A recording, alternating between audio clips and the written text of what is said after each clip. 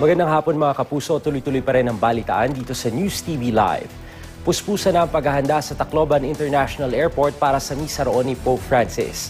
Halos puno na ng mga coco lumber na barikada ang sementadong bahagi ng airport kung saan nakatakdang magmisa ang Santo Papa sa January 17. Pininturahan ng puti at iniayos sa hugis parisukat ang mga barikada para raw maayos na maipwesto ang mga dadalo sa misa.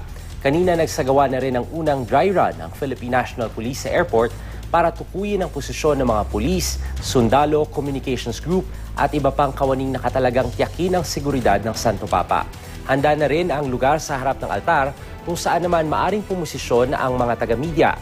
Magaganap ang misa ni Pope Francis sa Tacloban Airport alas 10 ng umaga sa Sabado, ang ikatlong araw ng makasaysayang pagbisita ng Santo Papa sa bansa.